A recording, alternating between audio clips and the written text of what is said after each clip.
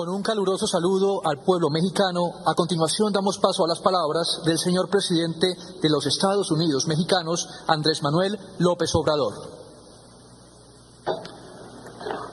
Amigas, amigos, participantes de esta conferencia latinoamericana y del Caribe sobre drogas. Celebramos esta iniciativa del presidente Gustavo Petro y coincidimos con las conclusiones de este encuentro, de esta conferencia. Solo voy a referirme a asuntos de carácter general y al final quiero puntualizar sobre lo que trata el documento que se va a suscribir de manera conjunta. Pienso que lo fundamental para enfrentar el flagelo de la drogadicción y de la violencia está en atender las causas con un nuevo criterio, no pensar solo en medidas coercitivas. Tenemos que poner por delante el criterio de que la paz es fruto de la justicia.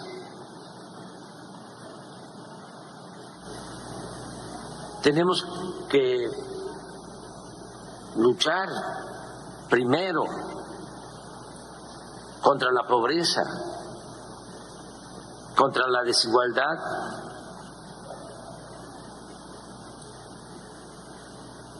para enfrentar el problema de la violencia. Hay que ofrecer empleos, buenos salarios, atender a los jóvenes, garantizarles la oportunidad de estudio, de trabajo. También fortalecer nuestros valores culturales, morales, espirituales.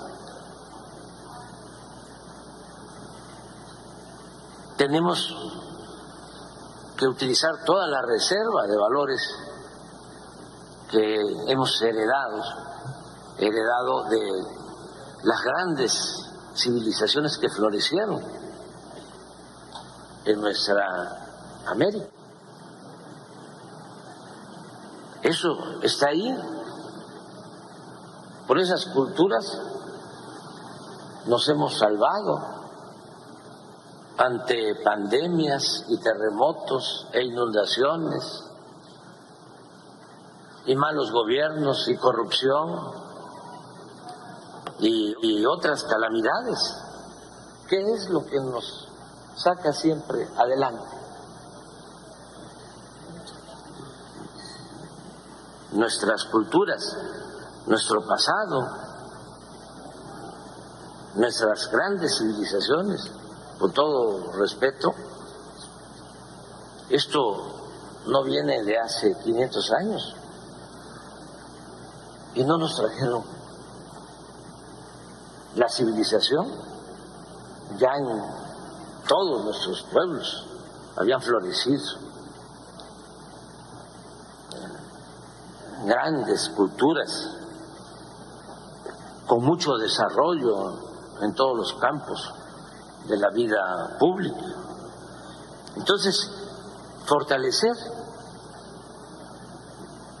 lo que somos, nuestra identidad, nuestra idiosincrasia. Imagínense la ventaja que tenemos de que nuestras familias son muy fraternas, muy unidas. Y esto viene de lejos. No es de que, como en otros pueblos, lo digo con todo respeto, los jóvenes llegan a la adolescencia y ya se tienen que ir de la casa. Aquí no es así, por eso hasta abusan y se quedan más de la cuenta. Pero son nuestras costumbres, nuestras tradiciones. ¿Qué hacen los jóvenes solos? ¿Qué no es importante? El amor en la familia, el apapacho. Entonces, tenemos que fortalecer eso. Y también contrarrestar el consumismo, el modelo materialista, el lujo barato, entender que la felicidad verdadera es estar bien con uno mismo, estar bien con nuestra conciencia y estar bien con el prójimo.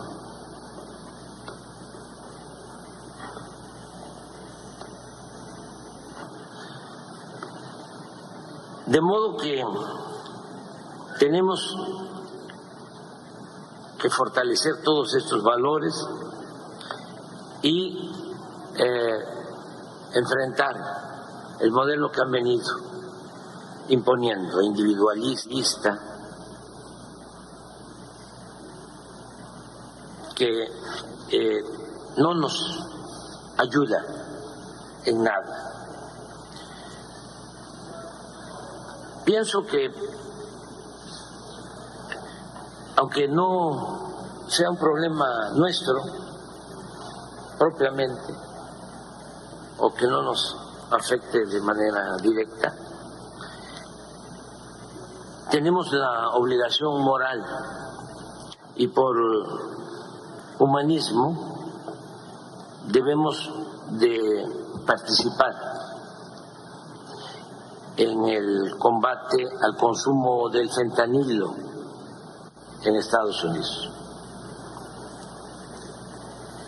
Es una pandemia que están enfrentando. No es un asunto nada más cuantitativo. No es decir, pierden la vida 100,000 jóvenes cada año por el consumo del fentanilo. Y dar la espalda y decir, a nosotros no nos importa. Tenemos que actuar con humanismo y entender que, independientemente de nuestras diferencias, por encima de banderías partidistas y de posturas ideológicas, están los derechos humanos. Y el principal derecho humano es el derecho a la vida y ayudar en todo lo que podamos. Desde luego, hacerlo con respeto a nuestras soberanías y también buscando que se procure atender ese problema de fondo, porque no es eliminar el fentanilo. Si hay consumo, es que algo anda mal en esa sociedad, porque puede desaparecer el fentanilo y va a surgir otra sustancia igual de dañina o peor. Puntualmente diría algunas cosas para terminar. Que nosotros procuremos con inversiones propias y también con inversión de organismos financieros internacionales, apoyar más la actividad productiva del campo en nuestros países, para sustituir la siembra de marihuana, de amapola, de cocaína, por la siembra de maíz, de frijol, de cacao, de café, frutales y miles de millones de árboles frutales y maderables, con el propósito también de cuidar nuestra naturaleza.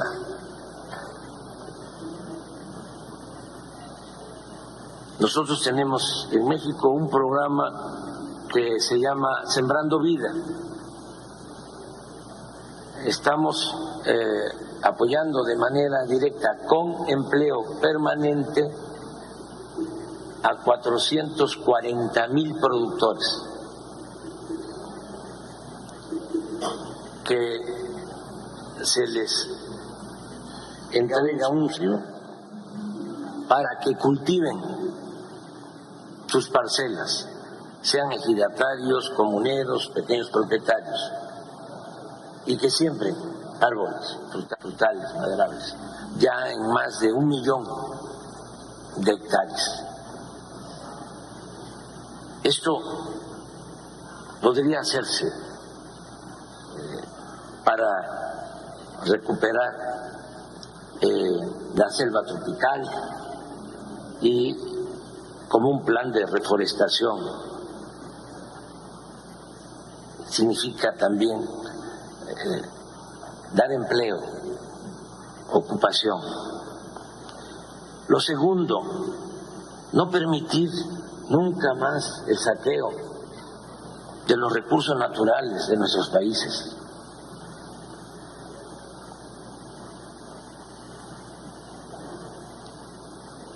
Más que una pandemia, una peste, es la corrupción. Y hay que desterrarla.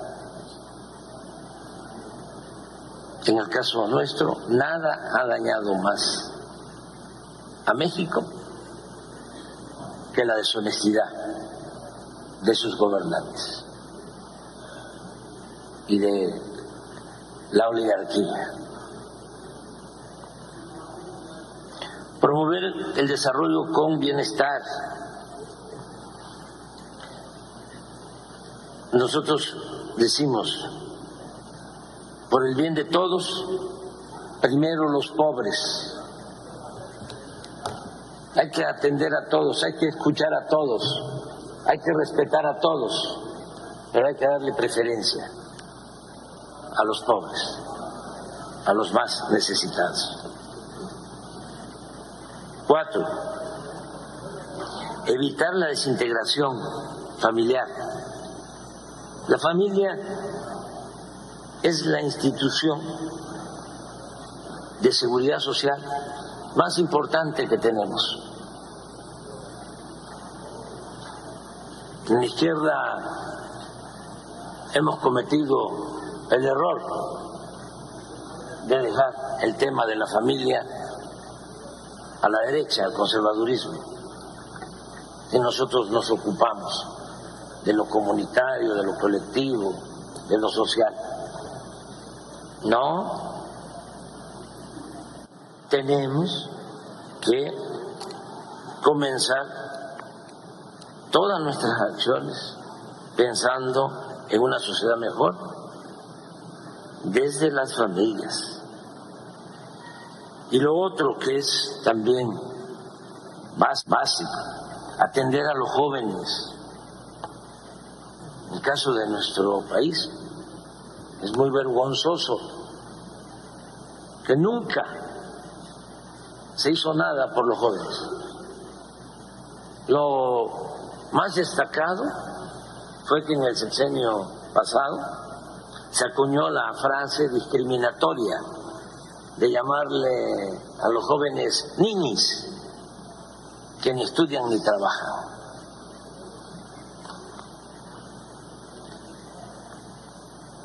Ahora es distinto.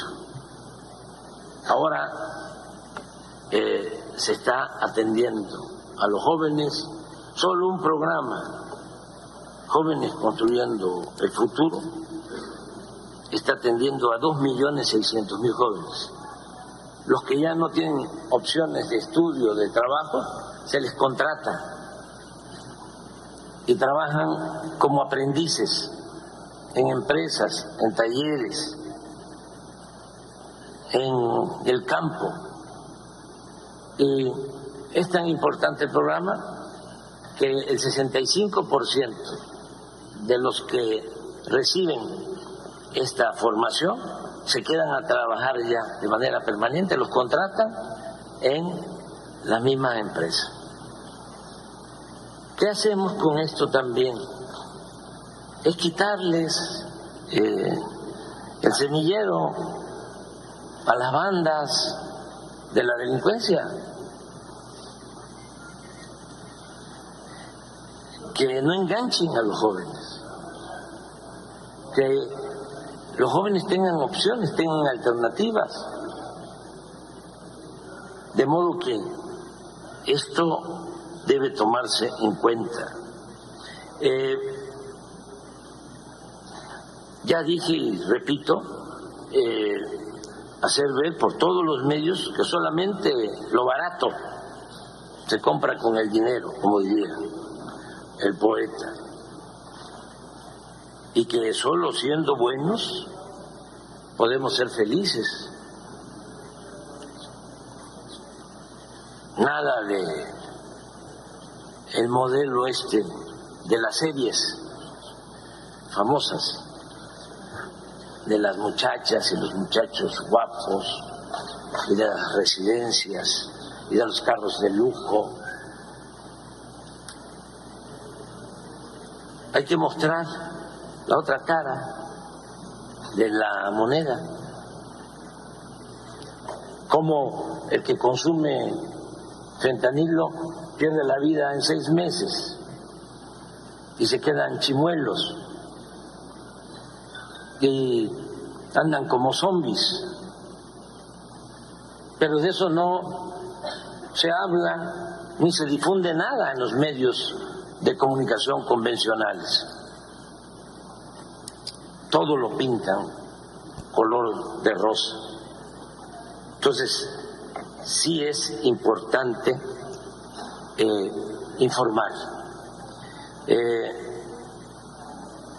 Y para el caso nuestro, para el caso de nuestros países, orientar mucho, porque imaginemos si aumenta el consumo de fentanilo en nuestros países, sería terrible. Entonces sí hay que prevenir y hay que orientar mucho. Por último, el presidente Petro lo sabe muy bien y lo aplica. No debemos optar por el uso de la fuerza, no a la guerra.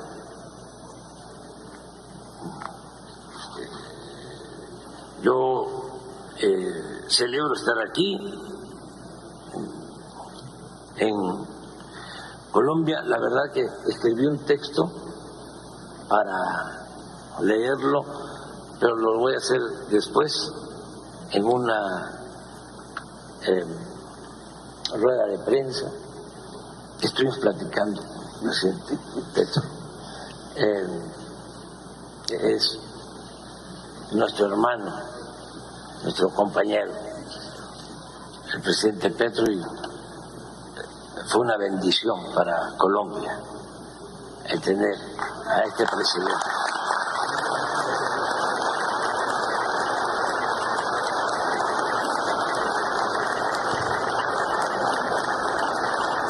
Aunque lo voy a decir al rato, me voy a repetir.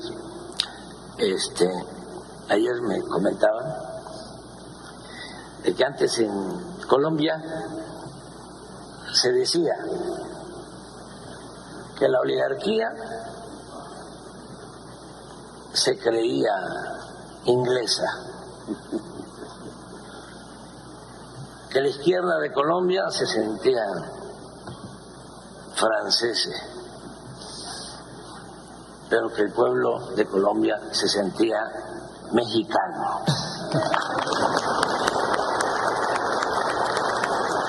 Muchas gracias.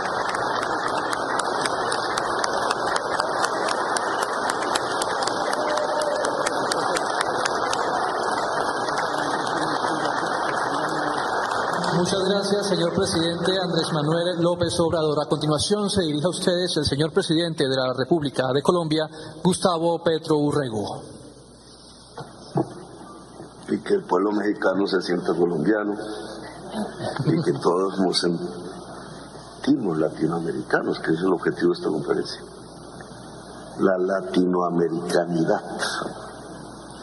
Y el Caribe, que no es latina, y los pueblos afros, que no son latinos, y los pueblos indígenas, que tampoco son latinos. Esa es nuestra diversidad. Americanos, sí. Y somos americanos. En esa diversidad que es tan fundamental, tengo que hacer aquí el saludo protocolario y se me había olvidado. Tengo que agradecerle a usted, señor presidente, compañero presidente. Mañana estaremos donde asesinaron a un compañero presidente. Tengo que agradecerle por la hospitalidad que México va a otorgar al quinto ciclo que se va a realizar en el mes de noviembre en el diálogo de paz entre el gobierno y el Ejército de Liberación Nacional, ELN. Esperemos, ha venido avanzando con pasos ciertos como nunca había ocurrido el proceso de paz entre el Estado, la sociedad y el ELN. Y esperemos que con su hospitalidad demos aún pasos todavía mayores en un tema que tiene que ver con la paz de Colombia, que en el fondo es también la paz de América Latina y en cierta forma del mundo, porque hacemos parte de este planeta. Y tema que, si lo miro desde la perspectiva de la paz, tiene que ver con este tema que estamos aquí dialogando y discutiendo. Le agradezco al gobierno mexicano su presencia aquí, a Andrés Manuel López Obrador, a su delegación, a los ministros, ministras de Relaciones Exteriores, embajadores, jefes de misiones diplomáticas acreditadas en Colombia, observadores internacionales y delegaciones de los países que nos acompañan, el gobernador del departamento del Valle encargado, José Fernando Gil, el alcalde de Santiago de Cali, Jorge Iván Ospina, aquí presente, los medios de comunicación nacionales e internacionales, a todos los presentes. Han participado 17 países a ese nivel, participantes, y hay 10 países más que han sido observadores de este evento. Este evento que el presidente Andrés Manuel López planificamos un poco, ideamos en México, cuando fui allí en la visita, tiene un propósito. Yo soy un poco más afanado en conseguir los propósitos, y estos temas tendrán mucho más largo aliento que incluso nuestra propia existencia. Pero tiene un propósito, y es que América Latina hable por sí misma y no repita los discursos oficiales del poder mundial. en este tema específico. Que podamos, a partir, porque hemos vivido la experiencia, la estamos viviendo, de estos 50 años en el caso de Colombia, que es por donde comienza este problema, que ahora es un problema americano, en todo el sentido de la palabra, de las Américas. Pero tenemos esa experiencia de 50 años, una experiencia sanguinaria y feroz. Y se empieza a repetir desde hace algunas décadas en otros países, México. Por eso, quizás el hecho de que sea Colombia y México los citantes de esta reunión tiene un sentido, un valor en el planeta Tierra, en la humanidad. Porque nosotros somos las mayores víctimas de esta política. Y empiezo por subrayar la palabra víctimas, no victimarios. En los 50 años nos han señalado como victimarios. Y ha sido tanto el temor ante el poder mundial de nuestras capas dirigentes de la política, que entonces lo único que hemos hecho es, de una manera vergonzante, porque sabemos qué pasa en nuestros países. Hay un dicho popular en Colombia que es ser más papistas que el Papa. Es decir, repetir el discurso oficial de la lucha o de la guerra contra las drogas durante 50 años.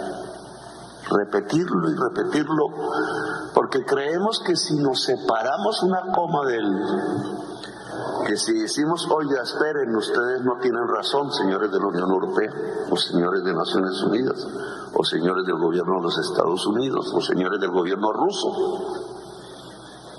no tienen razón, entonces nosotros mismos no lo decimos, nos autocensuramos, porque le tenemos temor a que nos digan que es que estamos aliados con el narcotráfico. Claro, como aquí se produce la mayor parte de la marihuana y de la cocaína, que durante estos 50 años señalaron el curso fundamental en el tiempo de la llamada guerra contra las drogas.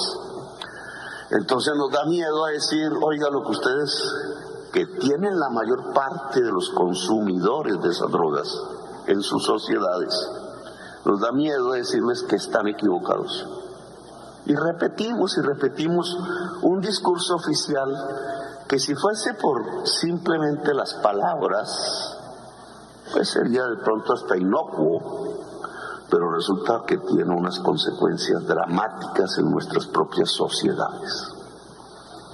Y que nuestro silencio en estos 50 años ha sido cómplice con un genocidio en nuestros países.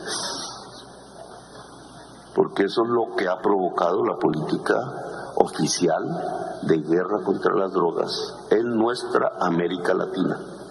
Un genocidio. Y nosotros somos dirigentes políticos y sociales, unos de derechas, otros de izquierdas, otros no saben qué son, otros buscando alternativas, otras y movimientos que nacen en nuestra juventud y dinámicas. ¿Cuál es nuestra responsabilidad alrededor de este tema? Que cada vez más determina los destinos de nuestras sociedades, cada vez más. Antes pensábamos que era un problema de Colombia, nosotros encerrados, inundados de nuestra propia sangre, solos. Pero hoy no es así. Hoy precisamente la dinámica de la política llamada guerra contra las drogas, hecha en Estados Unidos hace 50 años, trasladada a la Unión Europea y por ahí a las Naciones Unidas, ha hecho víctima a todas las sociedades latinoamericanas de sus consecuencias, las mismas que había en Colombia, pero trasladadas ahora a Chile, a Argentina, a Uruguay, a Paraguay, a Brasil, a México, a Centroamérica toda, a Venezuela, a las islas del Caribe. Hay un país ya destruido hoy. No fue Colombia que resistió, es Haití. está destruido por este tipo de política. Todo. Su Estado fallido, su sociedad inmersa en la autodestrucción. La sociedad que le gritó a todos nuestros países hace 2 siglos la palabra libertad. Qué paradoja, como si cerráramos el círculo. Allí donde por primera vez se habló de república, de libertad, de democracia, es donde está hoy, al final de esos 2 siglos de vida republicana de nuestra Latinoamérica, el final del ciclo, la autodestrucción. Eso no es una coincidencia, eso llama a una reflexión y a unas posiciones que tenemos que tomar sin miedo y sin temor.